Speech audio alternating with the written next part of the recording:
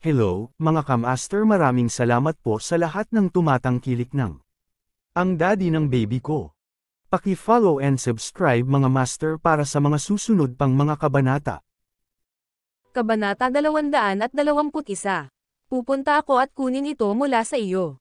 Dahil doon, bumalik si Anastasia sa loob ng silid at isinara ang pintuan sa harapan, naiwan si Elliot sa labas ng mag-isa. Si Jared naman ay dinala sa couch at nag-lecture. Nagpout ang batang lalaki at sa wakas ay bamulong pagkaraan ng mahabang panahon.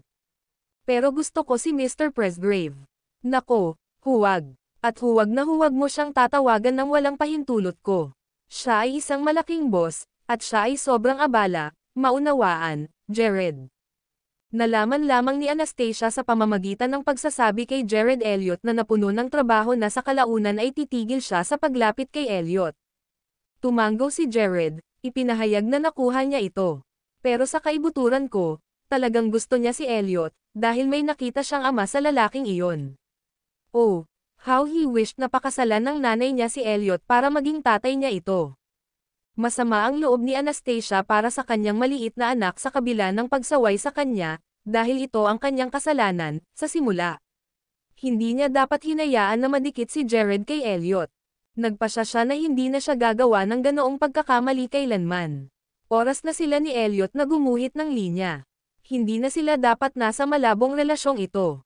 Nag-isip si Anastasia ng maraming bagay nang nakahiga siya sa kama noong gabing iyon, higit sa lahat tungkol kay Elliot. Nagtataka siya kung kailan napuno ng lalaking ito ang bawat sulok ng kanyang isipan, kaya't hindi niya ito nagawang itaboy. Pero kahit na ganoon, hindi niya ito hinayaan. Kung talagang hindi niya ito kayang itaboy, makakahanap siya ng ibang lalaki na papalit sa kanya. Lalaki lang yun. Kahit gaano pa siya kadesperado, hinding-hindi siya makakasama ng lalaki kay Hailey. Para kay Anastasia, ang buong katawan ni Elliot ay binalot ng baho ni Hailey.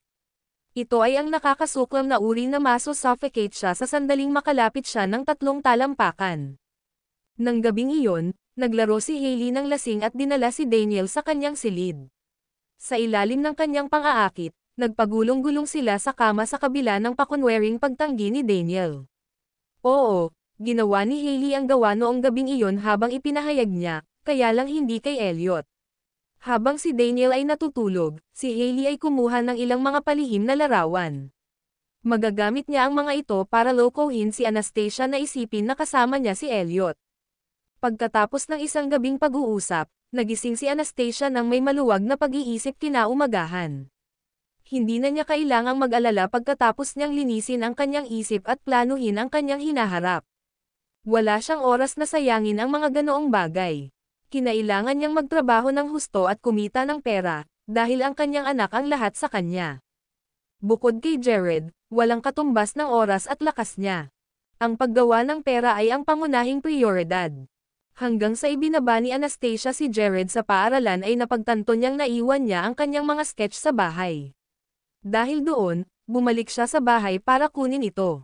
Sa kanyang paglalakbay, nakatanggap siya ng tawag mula kay Felicia na nagsasabi sa kanya na pumasok para sa isang pulong. Matapos ibaba ang tawag, aksidenteng naiwan ni Anastasia ang kanyang selda sa likod ng taxi, at pagkababa niya, sinundo ng driver ng taxi ang isa pang pasahero sa hindi kalayuan. Pagkabukas na pagbukas ng pinto ng kotse ng binata ay may nakita siyang phone na nakapatong sa backseat. Sa paghusga mula sa case ng telepono, ipinalagay niya na ito ay pag-aari ng isang babae. Sa sandaling na-unlock niya ang telepono, lumitaw ang mukha ng isang maliit na bata, at bahagyang natunaw ang kanyang puso. Dahil doon, tinawagan niya ang huling taong nakontak ng may-ari ng teleponong ito. Samantala, habang nakikinig si Felicia sa kanyang nasasakupan na nagsasalita sa pulong, tumunog ang kanyang telepono. Tiningnan niya ito at gulat na tumingin kay Anastasia. Tinatawagan mo ba ang number ko? Umiling si Anastasia bilang tugon. Hindi, ngunit lumalabas ang iyong ID sa aking telepono. Nako, hindi, naiwan ko yata ang phone ko sa taxi. Sagutin mo. Nakuha agad ni Anastasia ang nangyayari. With that, sinagot ni Felicia ang tawag. Hello. Hi, kaibigan ka ba ng may-ari ng teleponong ito? Iniwan niya ito sa isang taxi. Ako ang boss niya. Nasa tabi ko lang pala siya. Hahayaan ko siyang makausap ka. At inabot ni Felicia ang phone niya kay Anastasia. With that, dali-dali itong kinuha ni Anastasia at lumabas ng conference room. Hi, ako ang may-ari ng phone na nahanap mo. Hi, miss, may pinapatakbo ako. Bakit hindi mo ibigay sa akin ang iyong address, at dadalhin ko ang iyong telepono sa iyo mamaya? Isang malinaw at malambing na boses ng binata ang narinig sa kabilang linya. Salamat, ngunit kailangan kong pumunta at kunin ito sa iyo sa halip. Kabanata 222. Wala ba ang iyong asawa? I bet magtatrabaho ka sa malapit. Nasa Crystal Enterprise ako. Ano naman sayo? Nasa Bergua Jewelry Atelier ako. Wow, magkatabi tayo sa trabaho. Bulalas ng lalaki. Tumingin si Anastasia sa bintana at nakita niya ang gusali ng Crystal Enterprise sa labas mismo. With that, napangiti siya. Oo. Nakikita ko ang gusali ng opisina mo mula sa kinaroroonan ko. Kung ganoon, hihintayin kita sa harap ng gusali ng opisina mo bandang 11:30. Bumaba ka na lang. Maraming salamat, huwag kang mag-alala. Dahil doon, binaba niya ang tawag at bumalik sa conference room. Matapos ang pagpupulong ay tumabi si Felicia na nakangiti. Dapat mong i-treat ang lalaki sa tanghalian, hindi ba? Tumanggo si Anastasia doon. Iyon ang plano. Para siyang gwapong binata. I wonder if he really is, pang-aasar ni Felicia. Naisip din ni Anastasia na mabait ang binata. Pastahan niya dapat siya ay ang aspirant, hardworking type. Bumaba siya at naghintay ng 11:20 para dumating ang lalaki. Natutuwa siyang nakatagpo siya ng isang estranghero na magbabalik ng kanyang telepono. Maya-maya lang, may huminto na taxi sa entrance, at tumangala si Anastasia para makitang lumabas ang isang lalaki na naka-plaid shirt. Siya ay isang 6 na talampakan ang tangkad, gwapong binata na may malinis na ugali at magiliw na hitsura. Natigilan siya ng ilang segundo, dahil nakita niya si Anastasia nang tumangala siya. Dahil doon, kumurap siya at nakangiting nagtanong, ikaw ba si Miss Tillman? Oo, ako iyon. Tumanggo si Anastasia at ngumiti. Sa pagkakataong iyon ay kinuha niya ang phone niya mula sa kanyang bag at ibinigay sa kanya. Eto na, dapat mong suriin at tingnan kung may anumang pinsala. Inilagay ko ito sa aking bag sa lahat ng oras na ito. Naantig si Anastasia. Of course, she wasn't going to check because she was already thankful to get her phone back. Maraming salamat po. Kung hindi ka nagmamadali, bakit hindi kita i-treat ng tanghalian? Please, tawagin mo akong Oliver. Ako ay isang programmer, at kailangan kong magmadaling bumalik para sa isang pulong. Kaya kailangan kong tanggihan ang iyong alok. Pero sana maging magkaibigan tayo. Napakamot ng ulo si Oliver Shaw, halatang medyo nalilito kausap ang isang magandang babae. Oo naman, magpalitan tayo ng mga numero. Let me treat you to a meal sometime, masiglang sabi ni Anastasia. Matapos magpalitan ng kanilang mga kontak, nakita siya ni Anastasia na sumakay sa taxi bago bumalik sa lobby. Kailangan niyang aminin na nag-iwan ng magandang impresyon si Oliver sa kanya. Higit pa rito, siya ay may isang bagay para sa malinis, nakakapreskong hitsura ng mga lalaki mula pa noong siya ay maliit. Pagbalik niya sa kanyang opisina, tumunog ang kanyang intercom, at sinagot niya ito. Hello, Anastasia na nagsasalita. Sino itong nasa linya? Halika sa opisina ko. Isang magnetic voice na kakaiba kay Elliot ang tumunog sa kabilang dulo. Gayunpaman, ayaw siyang makita ni Anastasia. Abala ako sa trabaho, President Presgrave. Maaari mong sabihin sa akin sa telepono. May kailangan akong kausapin ng personal. Maaari mo lang sabihin sa akin kung ano ito, Presidente. Nagsalita si Anastasia nang may pag-iwas. Pupunta ako sa iyong lugar para sa hapunan ngayong gabi. Pinutol ni Elliot ang paghabol. Napagpasyahan kong isama si Jared para sa hapunan ngayong gabi. Sasama ako sa inyo kung ganoon. Gusto kong ako lang at ang anak ko. Hayaan mo akong magpagamot sa inyo. Hindi, salamat. Dahil doon, gusto niyang tapusin ang tawag. Ngunit sinabi ni Elliot, gusto kong ipaalam sa iyo na isang linggo akong pupunta sa isang business trip. Natigilan si Anastasia sa mga sinabi niya ng ilang segundo. Aalis siya ng isang linggo. Mahusay, hindi ko kailangang makita ang kanyang mukha sa isang buong linggo. Hindi ba dapat ito ang sasabihin mo kay Hailey sa halip na sa akin, Presidente Presgrave? Siguradong mamimiss ka niya, walang pakialam na paalala ni Anastasia. At ayaw mo? Tanong niya. Hindi, walang dalawang isip na sagot ni Anastasia. Pagkatapos ng lahat, napagpasyahan niyang lumayo sa kanya minsan at para sa lahat. Walang puso. Dahil doon, ibinaba niya ang tawag, at ang kanyang reaksyon ay natigilan siya ng ilang segundo.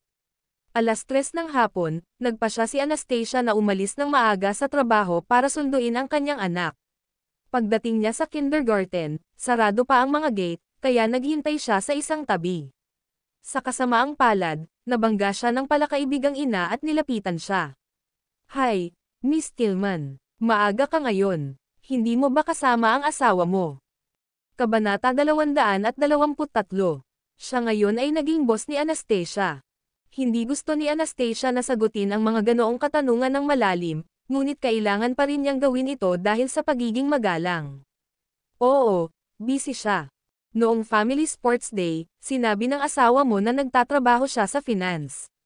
Karamihan sa mga tao sa linyang ito ng trabaho ay, tulad ng, sobrang abala ngunit sobrang mayaman. Ano ang iyong trabaho, Miss Tillman?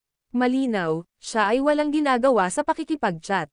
Ako ay isang stay-at-home nanay.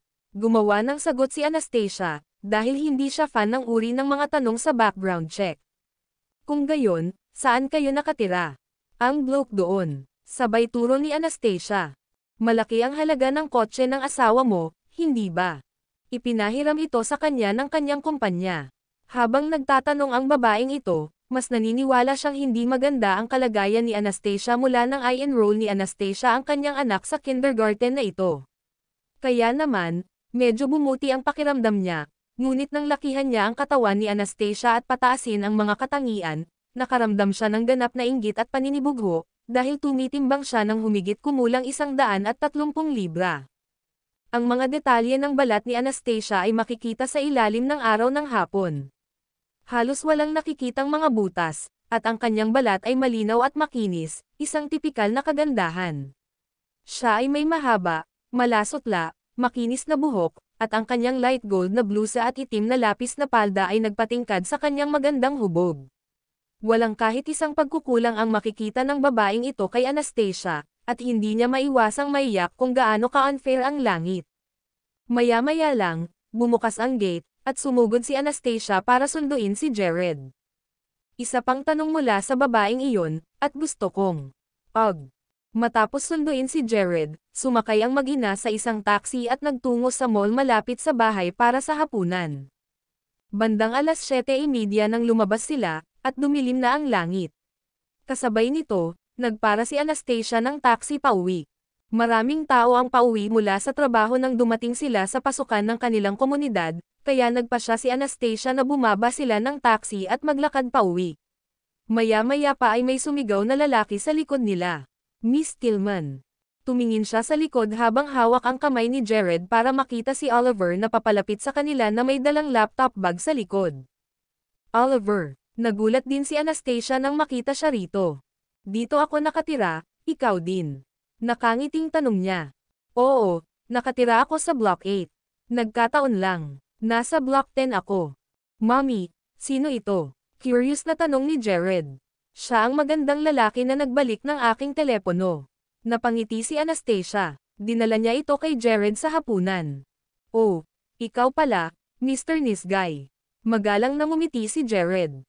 Kakaalis mo lang ba sa trabaho? Nag-aalalang tanong ni Anastasia. Oo, mag-isa lang ako, kaya hindi mahalaga kung nasaan ako. With that, tinapik niya ang fob para makapasok, saka hinawakan ang pinto para sa mag-ina. Ang bawat aksyon ni Oliver ay napakamaalalahanin at magalang. Sa sandaling iyon, sinusukat niya ang batang ka-holding hands ni Anastasia.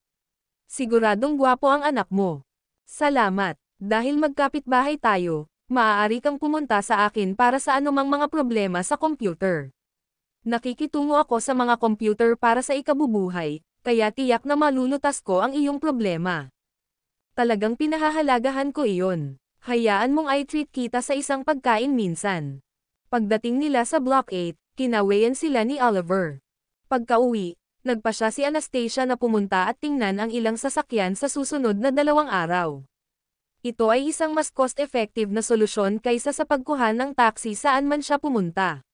Sa ipon na magagamit niya, nakabili siya ng 200,000 sasakyan na may buong bayad. Malaking desisyon iyon para sa kanya. Kaya naman, nagpa siya siyang tingnan ng maayos kung aling kotse ang kukunin, na naging bagay na sobrang seryoso niya sa mga susunod na araw.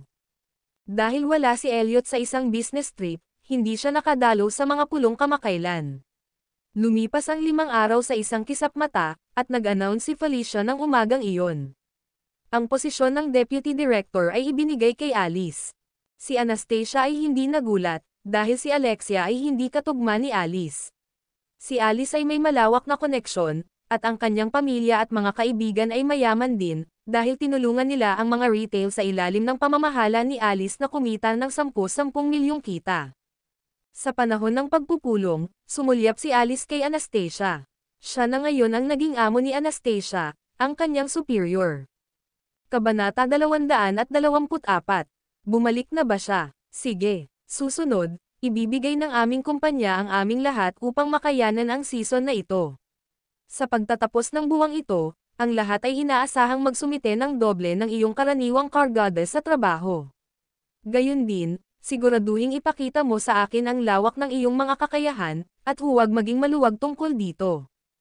Pagkatapos ng pulong, kumatok si Felicia sa pinto ng opisina ni Anastasia at pumasok na may dalang tasa ng kape, ibig sabihin ay makipag-chat kay Anastasia. Anastasia, na-promote na ngayon si Alice bilang Associate Director, at sinisikap niyang gawing mahirap ang mga bagay para sa iyo sa bawat aspeto ng kumpanya. Dapat kang mag-ingat kung sakaling mahulog ka sa kanyang mga bitag. Okay, nakuha ko. Salamat sa iyong pag-aalala, Felicia. Kinagat ni Anastasia ang kanyang mga labi at ngumiti, nagpapasalamat sa isang napakagandang kaibigan tulad ni Felicia. Oh, nakatingin ka sa mga kotse. Nagpa siya kang kumuha ng isa, kung gayon. Dahil sa curiosity, yumuko si Felicia at sumilip sa screen ng monitor niya. Tumanggaw si Anastasia. Nakatingin ako sa ilang mga modelo. Hindi masyadong maginhawang mag-hail ng mga sakay papunta at pabalik sa trabaho araw-araw, at ang mga gastusin ay nagdaragdag din ng malaki. Mas maginhawa kung may kotse ako. May nahuli ba kayo? Aling model? Hindi pa ako nagmaneho ng kotse mula nang makuha ko ang aking lisensya, kaya nagpa siya ako sa hatchback na ito. Itinuro ni Anastasia ang isang mas maliit na BMW. Hatchback, sakto lang sa budget niya. Tiningnan ni Felicia ang mga configuration kasama si Anastasia. Pagkatapos noong hapon, sumama siya kay Anastasia upang tingnan ng personal ang sasakyan. Binigyan ito ni Anastasia ng test drive, at ito ay isang disenteng karanasan. Ang pagganap ay kasiya siya, at ang kotse ay mukhang maganda at eleganteng na may puting panlabas nito. Humigit kumulang 5 araw na ngayon na pinag-uusapan ni Anastasia ang tungkol sa mga kotse, at sa wakas ay nagpasya siya sa modelong ito. Right on the spot, binayaran niya ng buo ang presyo gamit ang kanyang card, at hinayaan ang shop na humawak ng mga papeles at kung ano-ano pa bago bumalik sa kumpanya kasama si Felicia. Handa nang magmaneho ang sasakyan kinabukasan, at inaabangan din ni Anastasia ang unang sasakyan na pagmamay-ari niya sa kanyang buhay. Ito ay isang mahalagang milestone para sa mga normal na tao tulad niya. Inanyayahan din ni Anastasia si Oliver sa tanghalian, ngunit ang programmer na ito ay hindi talaga nagkaroon ng oras. Siya ay takalang isang nakakalito proyekto sa sandaling ito, kaya siya ay lubhang abala. Naghintay lamang si Anastasia hanggang sa magkaroon ng mas maraming oras si Oliver bago siya tretuhin ng tanghalian. May utang pa siya sa kanya para sa pagkuha ng kanyang telepono noong isang araw. Nitong ilang araw, napakapayapa ng buhay ni Anastasia dahil kulang ito sa isang tao. Elliot. Kung hindi nagkusa ang lalaking iyon na humarap sa kanya, walang pagkakataon si Anastasia na mabangga siya.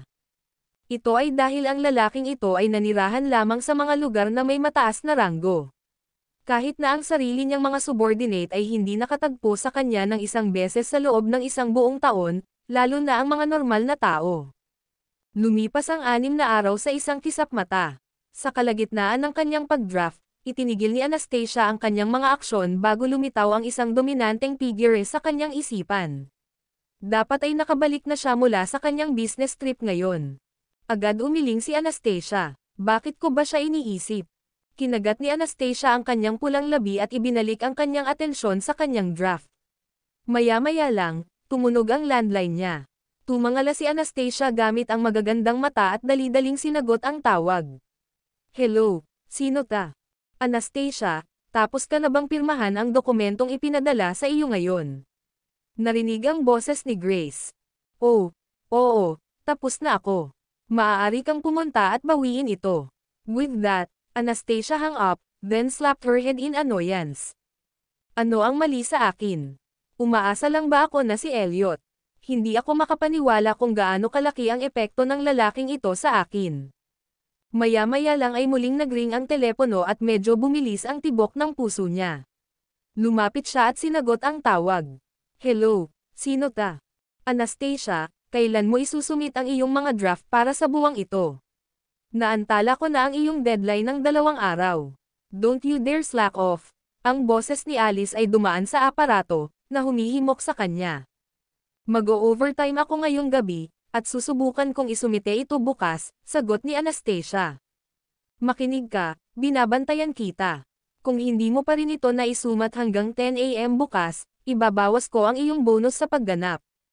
Humph, walang problem, binaba ni Alice ang tawag. Nakaramdam ng kaunting problema si Anastasia. Sinimulan na ngayon ni Alice na ay bully si Anastasia sa kanyang bagong posisyon bilang Associate Director. Gagamitin niya ang bawat maliit na pagkakamaling ginawa ni Anastasia para makuha siya. Alam ni Anastasia na hindi siya maaaring magpatuloy sa pangangarap ng gising. Kaya naman, bumalik siya sa kanyang drawing pad, ngunit nang tingnan niya ang oras, 3:30 na ng hapon. Napilitan siyang sumuko at ipagpatuloy ang kanyang trabaho sa bahay mamayang gabi dahil kailangan niyang sunduin ang kanyang anak. Sa kindergarten, tinanong siya ng maliit na lalaki tungkol kay Elliot noon, at sinabi niya sa kanya na si Elliot ay aalis sa isang business trip sa loob ng 1 linggo. Sa hindi inaasahan, naalala ng maliit na lalaki ang detalyeng ito. Mommy, bumalik ba si Mr. Presgrave ngayon? Sa bahay natin siya magdi-dinner. Baka sa mukha ni Jared ang pag-asa. Kabanata 225. Isang pagbisita. Hindi siya sasama. Siya ay isang abalang tao, Jared. Baka hindi na siya babalik. Huwag mo siyang masyadong palampasin. Tumingin si Anastasia sa kanyang anak na may seryosong ekspresyon, sinusubukang alisin ang kanyang pananabik. Pero miss ko na siya. Nagpout ang maliit na lalaki dahil na-miss niya si Elliot. Itago mo sa sarili mo yan. Hindi natin siya masyadong maabala, okay? Sabi ni Anastasia, pagkatapos ay nagpatuloy sa mas masayang tono, baka kukunin ko na ang kotse ko bukas, kaya kapag nag-anay na ako, mag-drive na tayo, di ba? Ay, oo naman. All the best sa pagmamaneho mo, mommy. Iniuwi ni Anastasia ang kanyang anak at kumuha ng mga pizza para sa hapunan. Marami siyang dapat gawin ngayong gabi, kaya hindi siya inabala ng maliit na lalaki. Ipinagpatuloy ni Anastasia ang paggawa ng kanyang draft sa kanyang silid nang biglang lumitaw ang asol na screen ng kamatayan sa kanyang computer. Si Anastasia ay nasa isang role, ngunit ngayon, nakaharap sa asol na screen, siya ay nasa kawalan. Ano ang nangyayari? Paano ang tungkol sa aking mahalagang nakasave na mga file? Hinawakan ni Anastasia ang kanyang ulo sa pagitan ng kanyang mga braso at napaungol. 9:00 ng gabi noon, ngunit kailangan niyang isumite ang kanyang mga draft bago mag-10 AM bukas. Kung hindi niya makumplito ang kanyang trabaho ngayong gabi, tiyak na ibabawas ni Alice ang kanyang bonus sa pagganap. Walang nakakatakot na paraan. Kakabili ko lang ng kotse, at siksikan ako sa pera. Kailangan kong kumita ng pera. Nabalisa si Anastasia ng ilang segundo, pagkatapos ay naisip kaagad ang isang tao, si Oliver mula sa Block 10. Magaling siya sa mga computer, ngunit hindi niya mailabas ang kanyang computer para ayusin, kaya tanungin lang siya nito upang tingnan. Isa pa, si Oliver ay tila mapagkakatiwalaang tao. Tiningnan ni Anastasia ang oras at alam niyang kailangan niya itong troublemayan para sa tulong. Iniisip ko kung nag-overtime ba siya o nasa bahay. Pansamantalang dinial ni Anastasia ang numero ni Oliver. Nagring ito ng humigit kumulang 8 segundo bago tumunog ang isang maliwanag na boses ng lalaki sa kabilang dulo. Hello, Miss Tillman. Olive, may oras ka ba ngayon? Nakuha ng aking computer ang asol na screen, ngunit mayroon akong isang grupo ng mga draft na isusumit bukas. Maaari ka bang pumunta ngayon at tingnan ito para sa akin? Same time na pakiusap ni Anastasia. Sure, pupunta ako dyan. Pagbigyan mo ako. Syempre. Sorry sa abala. Hindi naman, kaagad na sabi ni Oliver. Sinabi ni Anastasia sa kanyang anak na darating si Oliver upang ayusin ang computer sa lalong madaling panahon. Tumango ang maliit na lalaki.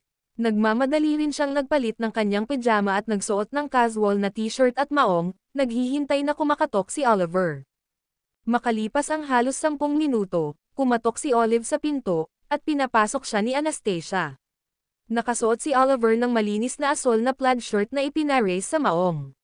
Bilang isang programmer, mayroon siyang hindi pangkaraniwang makapal na itim na buhok, na nagbigay sa kanya ng masayahin at cool na aura kapag isinama sa kanyang mga gwapong katangian. Nandito ka pala, Oliver. Pasok. Hindi na kailangang magpalat ng panloob na tsinelas. Agad siyang tinanggap ni Anastasia ng may sigasig. Si Oliver ay dumating na handang ayusin ang kanyang computer, at may kasama siyang thumb drive habang papasok siya sa kwarto ni Anastasia. Lumapit din ang maliit na lalaki upang panoorin ang pagdaan niya kay Oliver ng isang basong tubig. Mr. Shaw, uminom ka ng tubig. Salamat, Jared. Aayusin ko muna ang computer ng mommy mo.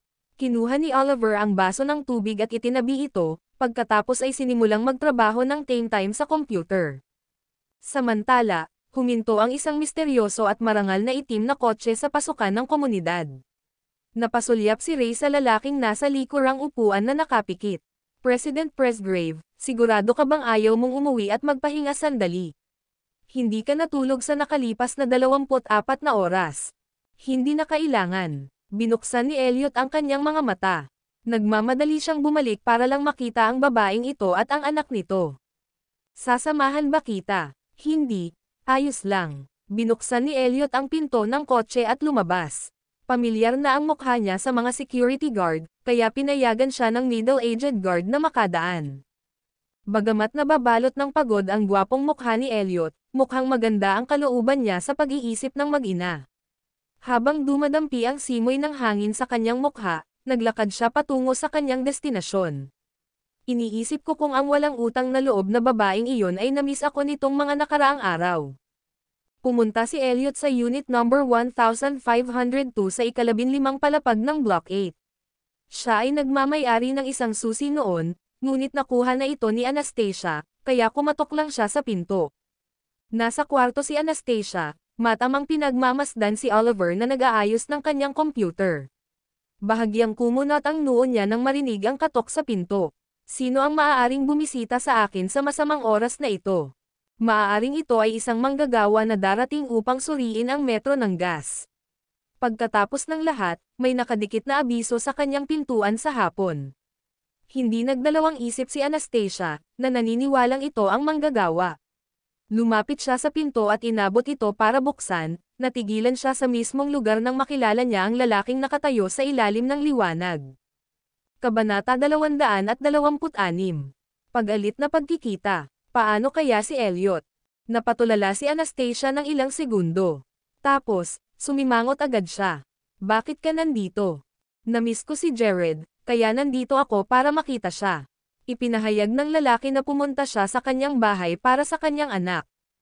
Hinarang ni Anastasia ang kanyang daan. Tulog ang anak ko. Subukan ulit sa susunod. Pinagmamasdan ni Elliot ang pagharang niya sa pinto, nanliit ang magagandang mata nito. Galit ka dahil lang sa kakain ko si Hailey. Agad namang nanlaki ang mga mata ni Anastasia at pinandilatan siya, na para bang nataman siya ng malakas. Galit, WHO. Pwede kang kumain ng kahit sinong gusto mo, kaya anong karapatan kong magalit sa'yo?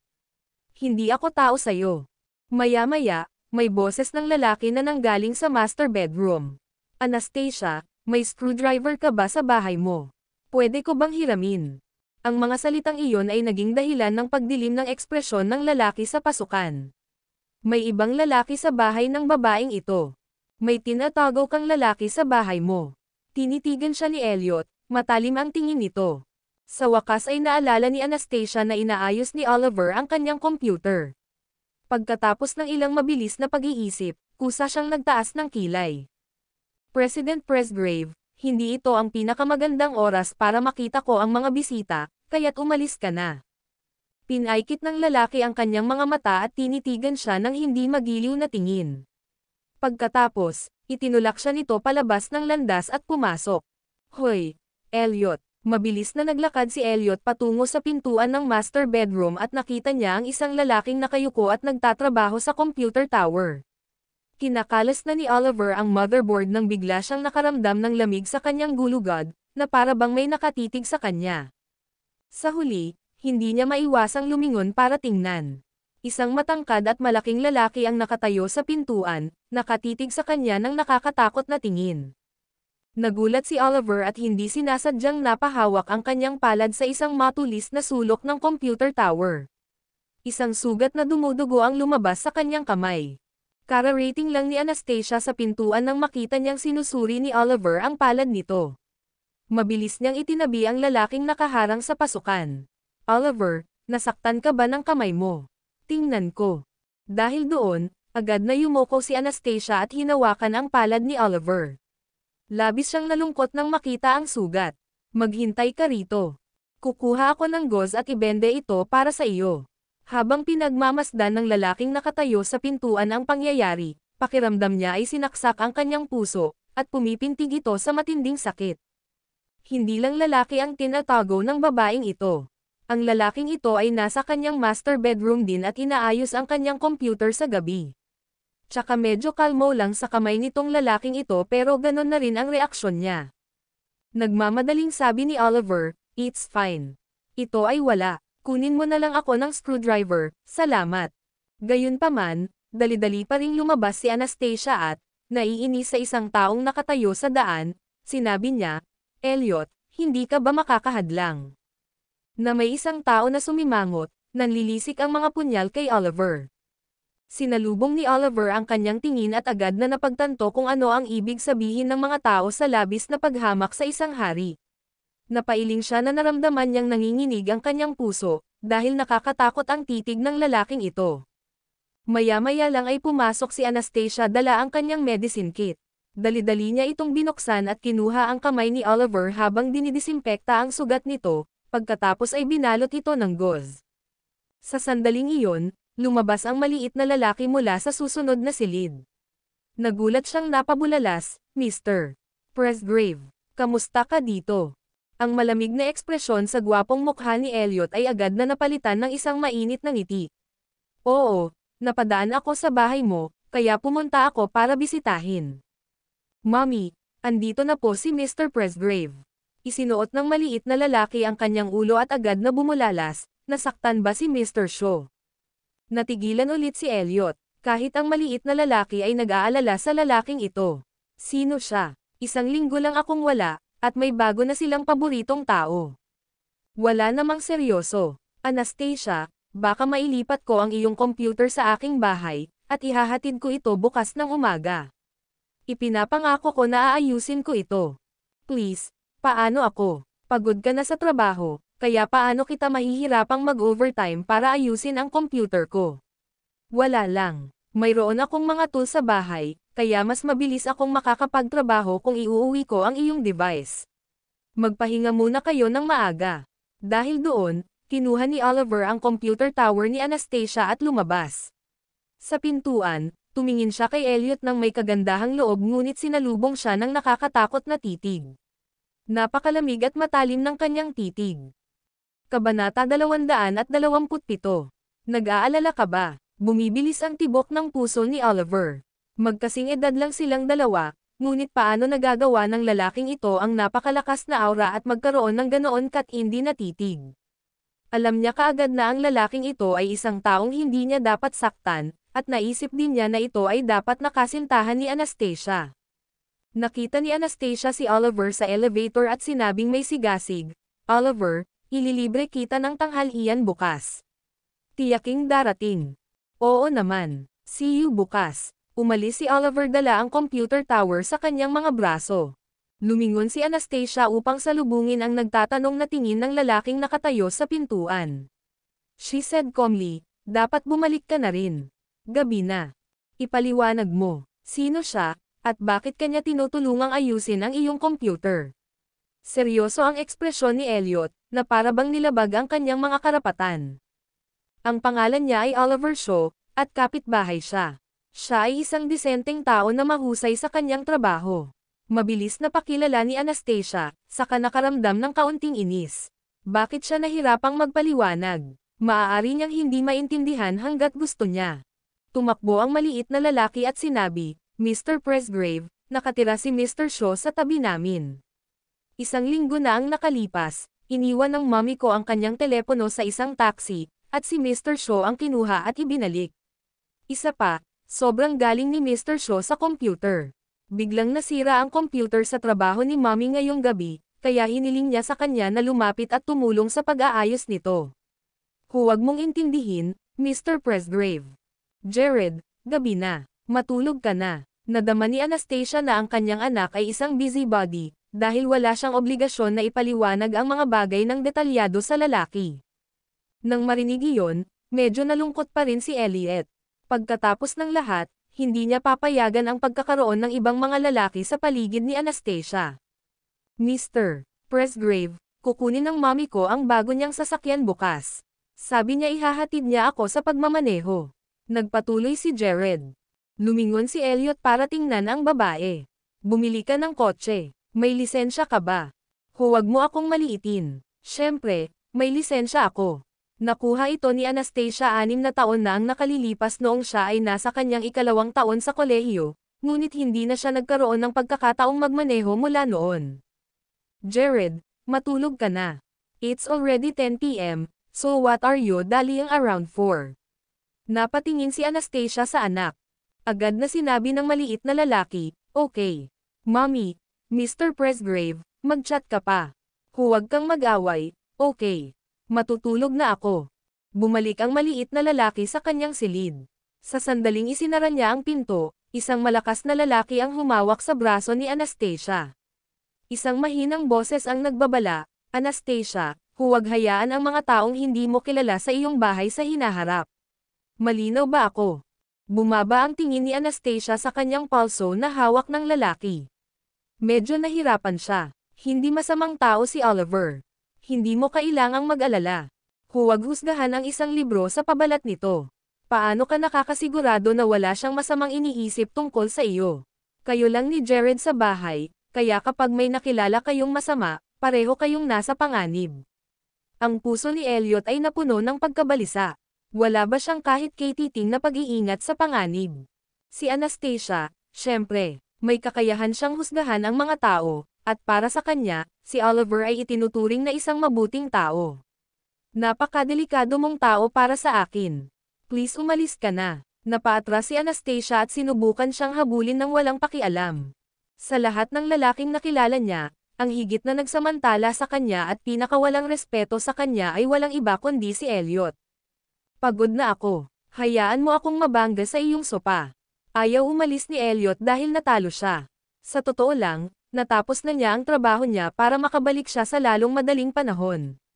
Kaya naman, hindi siya nakatulog sa huling 24 na oras. Natigilan si Anastasia. Kanina lang niya napag-usapan kung gaano siya kadelikado, ngunit ngayon ay tumatanggi na itong umalis sa kanyang bahay. Elliot, itigil mo na ang kalokohan mo at umuwi ka na. Inabot ni Anastasia at hinayla siya. Lumingon ang lalaki para tignan siya, at nang dumilat siya sa mga mata nito, nagulat siya. Duguan ang magagandang mata ng lalaking ito, na para bang nagpuyat siya buong gabi.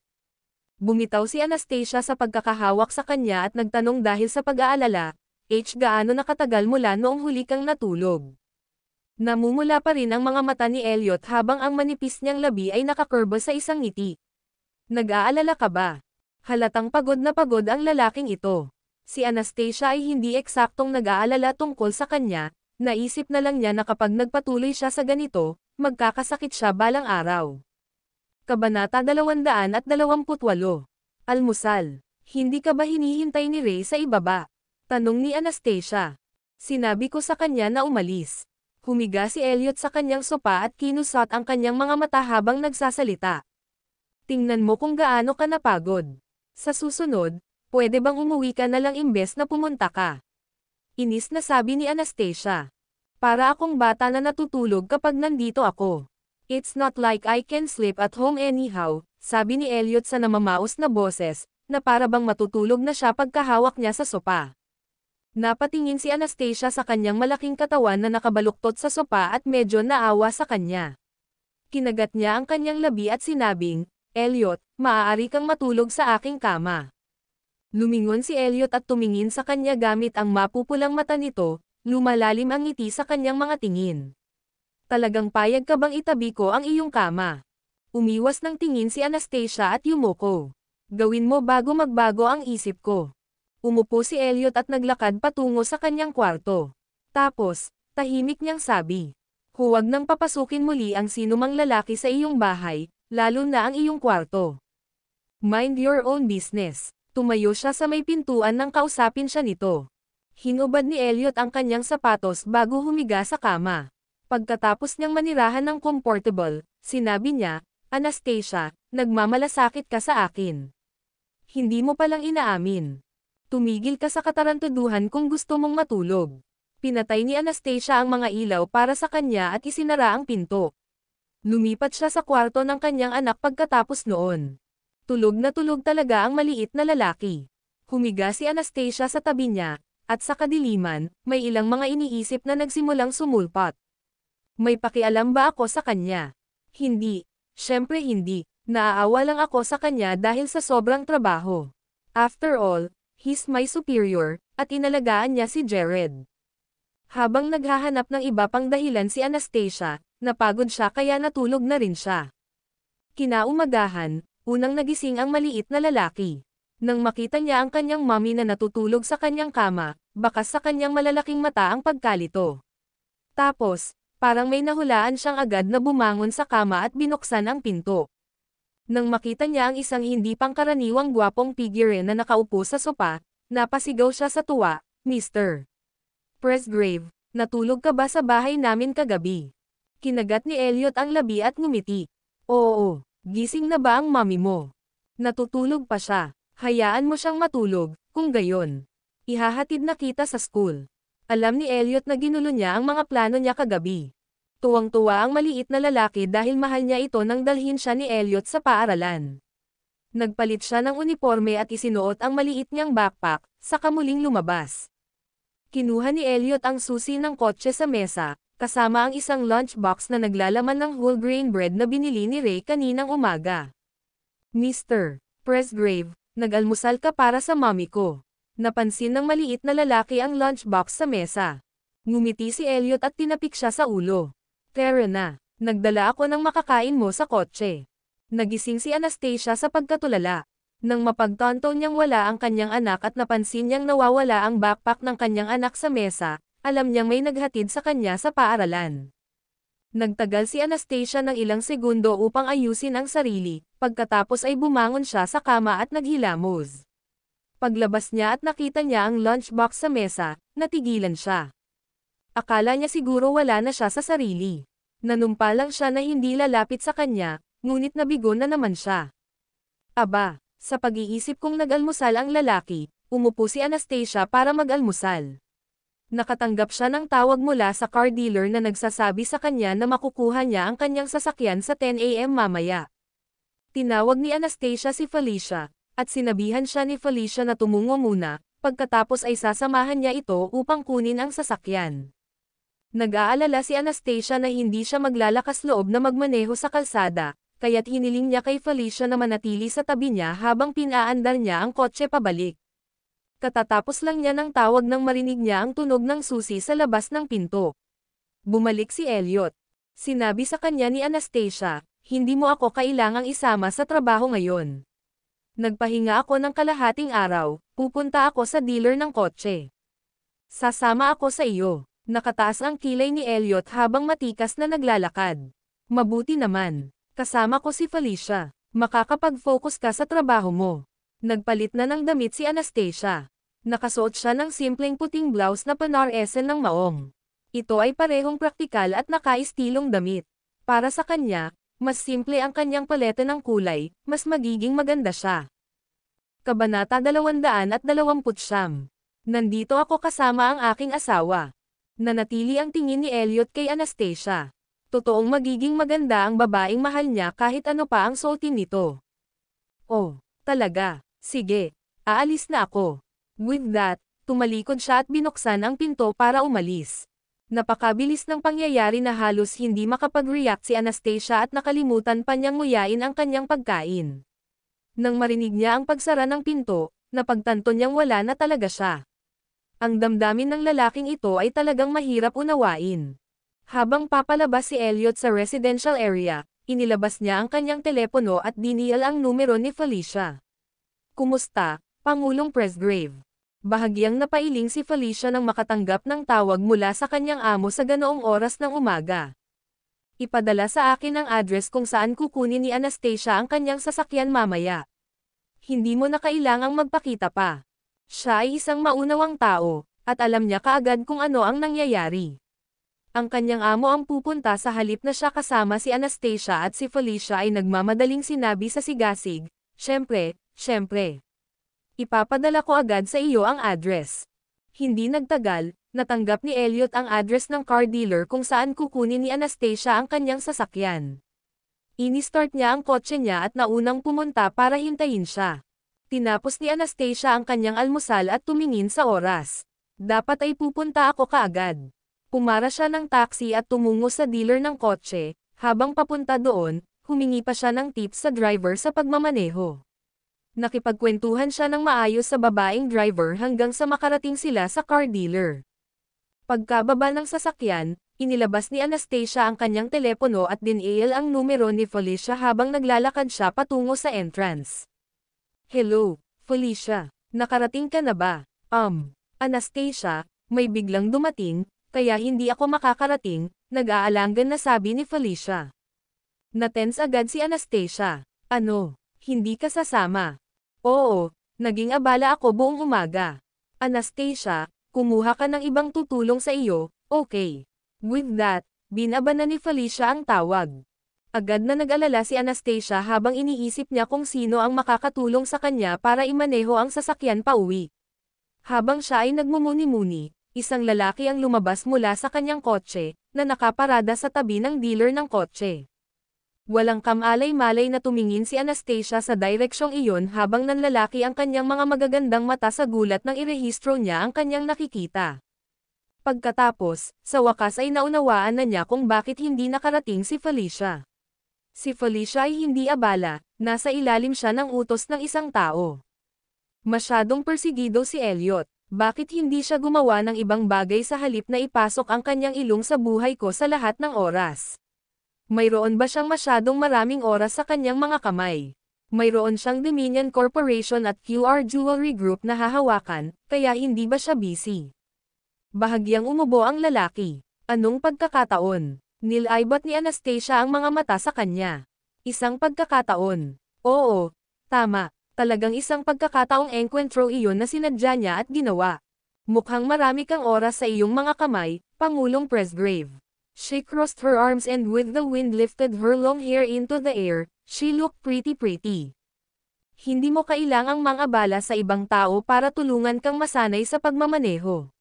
Nasa iyo ako. Pinaikit ni Elliot ang kanyang mga mata dahil handa siyang ipagsapalaran ang kanyang kaligtasan upang matulungan siya sa pagsasanay. Sinubukan siyang takutin ni Anastasia. Sigurado ka bang gusto mong maging pasahero ko? Basta handa kang magmaneho. Ang lalaki ay handa na sa tabi niya, kahit na ang kanyang buhay ay maaaring nakataya.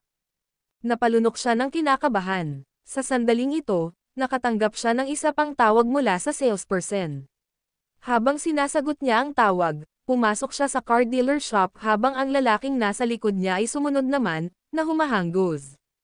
Pagpasok pa lang ng lalaki ay namangha ang babaeng katulong na nakatayo sa entrance. Wow, ang gwapong lalaki. Nandito ba siya para bumili ng sasakyan? Kliyente ba siya? May asawa na ba siya? Ang ilang mga lalaki ay nagkakahalaga ng paghabol pagkatapos at si Elliot ay isa sa gayong tao. Lumapit si Anastasia sa isang matangkad at magiliw na tao, Ito ang sales consultant niya, si Flynn. Si Flynn ay masigasig habang siya ay bumulalas. Miss Tillman, halika rito. Naghihintay sa iyo ang iyong mahalagang sasakyan. May ilang tindera na umaaligid kay Elliot. Sir, nandito po ba kayo para tumingin ng ilang sasakyan? Ayaw ni Elliot na maging masyadong malapit sa ibang babae, kaya malinaw niyang sinabi, narito ako kasama ang aking asawa para kunin ang kanyang sasakyan. Ang kanyang boses ay sapat na malakas na umabot sa pandinig ni Anastasia. Napahinto siya sa paglalakad at lumingon para tingnan ang lalaking nakangiti at naglalakad palapit sa kanya. Anong kalokohan ang sinasabi niya? Ang kanyang asawa. Agad na napatingin ang tindera kay Anastasia ng may inggit at paghanga. Kaya, sinasamahan ng gwapong ito ang kanyang asawa para kunin ang kanyang sasakyan. Tiyak na tuwang-tuwa ang kanyang asawa. Kabanata 230. Gaano katagal na ang nakalipas mula noong huli kang nagmaneho? Bagamat si Elliot ay kilala bilang mukha ng Presgrave Group, siya ay isang misteryosong figure na madalang na lumabas sa mga pabalat ng magazine, pabayaan ang mga balita sa internet. Maliban kung kinakailangan, iiwasan niya ang lahat ng hindi kinakailangang atensyon sa pamamagitan ng pagpapanatiling mababang profile sa kanyang social media. Bagamat ramdam ng mga nakakilala sa kanya ng personal ang kagandahang kanyang ibinibigay, wala silang ideya kung sino talaga siya. Sa sandaling iyon, tumingin si Flynn sa direksyon ni Elliot at nakita ang huli na paparating habang binabati siya. Ang asawa ni Miss Tillman. Sa ganitong paraan, pakiusap. Samantala, si Anastasia ay natigilan sa kung paano magiliw na hinarap ni Flynn si Elliot. Iniisip kung isa ito sa kanyang mga diskarte sa marketing habang ang kanyang mga pisngi ay namumula sa kahihiyan. Talagang wala siyang problema na tawagan si Elliot ng malumanay, hindi ba? Bagamat hindi gusto ni Elliot ang sinumang ibang babae na maging masyadong malapit sa kanya, si Flynn ay nakakagulat na isang exception na tila gusto niya. Well, I guess her malambing attitude has just turned things in her favor. Sa pag-iisip na iyon, binitawan ni Anastasia ang kanyang pag-iisip na ipaliwanag ang kanilang relasyon, alam na magiging awkward kung gagawin niya iyon. Kasabay nito, ang gusto lang niya ay ang magmaneho ng kotseng iyon at umalis sa lugar na iyon para masanay niya ang kanyang mga kasanayan sa pagmamaneho. Nakita mo, kailangan mong aminin na ang Anastasia ay may mahusay na panlasa, hindi ba? Ito ang aming pinakabagong modelo na pinakaangkop para sa mga batang babae sa opisina sa modernong lipunan. Tinuro ni Flynn ang sasakyan na binayaran na sa entrance. Nang makita ni Elliot ang sasakyan, duling at inilibot ni Elliot ang exhibition hall, sa pag-aakalang maaaring pumili si Anastasia ng mas premium na kotse. Tinapik ba siya o ano? Bakit siya pumapayag sa isang kotseng tulad nito? Halika, Miss Tillman. Pumasok ka sa loob at pakiramdaman mo ito para sa iyong sarili. Binuksan ni Flynn ang pinto ng kotse. Masayang pumasok si Anastasia sa sasakyan nang marinig ang mga salita ni Flynn. Para sa kanya, nasiyahan siya sa isang karaniwang kotse na kaya niyang i-drive sa paligid ng bayan. Bagaman hindi ito isang mamahaling kotse, ipinagmamalaki niya ang kanyang sarili sa pagbili nito gamit ang kanyang sariling pera. Sige, anyway, ngayong tapos na ako sa mga kinakailangang procedure, pwede ko na bang dalhin ang sasakyan ngayon? Oo, handa na ang iyong plaka, at kapag tapos na ang lahat, sa iyo na ang sasakyan na itataboy kaagad pagkatapos. Ipinatong ni Flynn ang kanyang braso sa pintuan ng kotse, tinitigan si Anastasia sa driver's seat habang hinahangaan ang tanawin ng isang dilag kasama ang kanyang magarang kotse. Hindi nagtagal, umupo si Elliot sa front passenger seat. Nakita ang espasyo sa harap niya na medyo makitid para makapagpahinga ang kanyang mga binti. Kaya naman, iniba niya ang ayos ng pagkakaupo at itinoon ang atensyon sa babaeng katabi niya. Hindi bagay sa iyo ang kotse na ito. Bibigyan kita ng mas maganda. Habang tumigas ang ngiti ni Flynn, nasiyahan si Anastasia at nag-eksperimento sa mga kontrol sa kotse. Nang hindi man lang tumitingin sa lalaki, sinabi niyang, no need for that. Gusto ko ang kotse na ito. Nang mapansin kung gaano niya kagusto ang kotse, nagpa siya si Elliot na huwag nang ipilit pa habang iniunat niya ang kanyang mga paa at nakabuckle up. Sige, ilabas natin ang kotseng ito para umikot. Kinakabahang napalunok si Anastasia habang pinalakas siya ni Flynn. Subukan mo, Miss Tillman. Nang magpalit ng gear, Inapakan ni Anastasia ang accelerator ng pasulong ang sasakyan ng may malakas na putok na nagpanik sa kanya. Kaya naman, malakas niyang inapakan ang pedal ng preno ng marahas na humandar ang sasakyan. Sa sandaling iyon, may narinig siyang tumama sa dashboard at tumingin sa tabi niya, only to see the man bump his head on the dashboard in front of him bago niya mailagay ang kanyang seatbelt. Ayos ka lang ba, Elliot? Sa takot, mabilis na lumapit si Anastasia para tingnan ang lalaking nasa tabi niya. Nakitang tinakpan ni Elliot ang kanyang noo gamit ang kanyang kamay, ang kanyang puso ay mabilis na tumitibok habang tinatanong niya ang kanyang sarili kung sinusubukan siya ng ginang na patayin. Samantala, si Flynn, na nakasaksi sa nangyari, ay nabigla, dahil hindi niya maiwasang magtaka kung gaano katagal hindi nagmamaneho si Anastasia. Inatake lang ako sa puso niyan. Bumaba ka sa kotse at umupo sa front seat. Galit na hiniling ni Elliot kay Anastasia na gawin ang sinabi nito sa kanya. Submissive na reaksyon ni Anastasia at nakipagpalitan ng upuan sa lalaki. Dahil hindi sumama si Felicia, maaasahan na lamang niya ang lalaki na paalisin ang sasakyan at paalisin silang dalawa sa lugar na iyon. Matapos umupo sa driver's seat, inayos ni Elliot ang upuan sa komportableng posisyon bago niya pinindot ang pedal ng gas. Kasabay nito, kinakabahang tumingin sa kanya si Anastasia at nagtanong, saan tayo pupunta? Para masanay ang iyong kasanayan sa pagmamaneho, sagot ng lalaki. Napakurap si Anastasia, iniisip kung saan nila gagawin iyon. Sa kabilang banda, may isang Rolls-Royce na nagkakahalaga ng halos 1 bilyon na nakaparada sa harap mismo ng tindahan dahil napapalibutan ito ng ilang tindera na humahanga sa napakagandang hitsura nito. Sa kaibuturan, lahat sila ay nagtataka kung sino ang may-ari ng sasakyan at kung ito ba ay pag-aari ng isa sa kanilang mga customer. Gaano kayaman ang kailangan ng isang tao para magkaroon ng kotseng tulad nito?